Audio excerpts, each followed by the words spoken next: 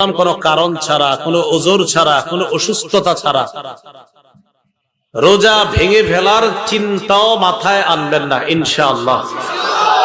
মনোযোগ সহকারে একটা হাদিস শুনেন। আল মুস্তাদরাক লিল হাকিমের মধ্যে হাদিসটা আছে, সহিহ ইবনে হিব্বানের মধ্যে আছে।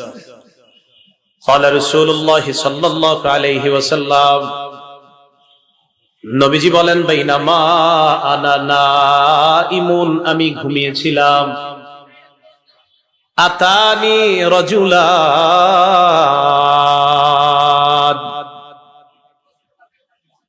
আমি ঘুমিয়েছিলাম, স্বপ্নে আমার কাছে দুজন লোক আসছে। স্বপ্নে কয়জন আসছে? এই যারা রোজা ভেঙে ফেলে তাদেরকে আপনারা এই হাদিসটা নিজেরা আজকে মুখস্থ করবেন, আর যারা ওই যে লাল কাপড় টাপড় লাগায় খায় এদেরকে এই হাদিসটা শোনায় দিবেন। পারবেন না ইনশাআল্লাহ? বাংলাটা মুখস্থ রাখতে পারবেন তো? বাস, শেষের অংশটা মুখস্থ রাখলে চলবে, শুধু শেষের জায়গাটা মুখস্থ রাখলে চলবে। আমি বলছি, মন দিয়ে শুনবেন।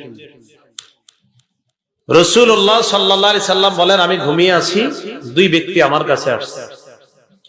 আসার পর ফাআখাযা বিদবঈ, আমার বাহু ধরছে। কিভাবে? বাহু ধরছে। তো ধরার পর আমারে টাইনা নিয়ে যাইতেছে, স্বপ্নে দেখতেছে নবীজি। সুবহানাল্লাহ। নবীজি বলেন, আমারে নিয়ে যাইতেছে, যাইতে যাইতে দেখলাম ফাআতায়া বি জাবালান ওয়া'রা, আমারে একটা পাহাড়ের কাছে নিয়ে গিয়েছে, আমারে একটা পাহাড়ের কাছে নিয়ে গিয়েছে। তো এই দুর্গম পাহাড়, এই দুর্গম পাহাড়ের সামনে গিয়ে আমি দাঁড়ায় রয়েছি। দুর্গম পাহাড়, ওটার সামনে দাঁড়ায় রয়েছি। নবীজিরে নিয়ে গেছে কয়জন? দুইজন। এইভাবে মনে করেন দুইজন রাসূলরে এইভাবে দুই বাহুতে ধইরা দুইজন নিয়ে গেছে। আপনি সামনে এলেন না, দেখলে সুন্দর হইতো, আচ্ছা আইছেন না, সমস্যা নেই। মানে দুইজন দুই দিক দিয়ে ধরছে, আপনি ধরে নিতে পারেন এইরকম, এরকম ধরে নিয়ে গেছে। বুঝছেন সবাই? এরকম।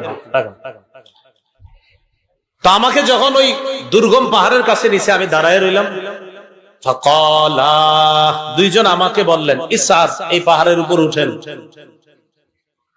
তা আমি জবাব দিলাম, লা উতিকুহু, না না, আমি পারবো না, এই দুর্গম পাহাড়ে, এই পাহাড়ে কে উঠবে, আমি পারবো না। নবীজি বলেন, ওই দুইজন নবীজিকে বললেন, সানুসাহিলুহু লাকা, আপনি টেনশন করেন না, পাহাড়ে ওঠা আমরা দুইজন আপনার জন্য সহজ করে দিব। রাসূলুল্লাহ সাল্লাল্লাহু আলাইহি সাল্লাম বলেন, আমি ঘুমিয়েছিলাম, স্বপ্নে দুই ব্যক্তি আমার কাছে এসেছে, আমার দুই বাহু ধরে আমাকে টেনে নিয়ে গেছে, দুর্গম একটা পাহাড়ের কাছে আনছে। ওই পাহাড়ের কাছে যাওয়ার পর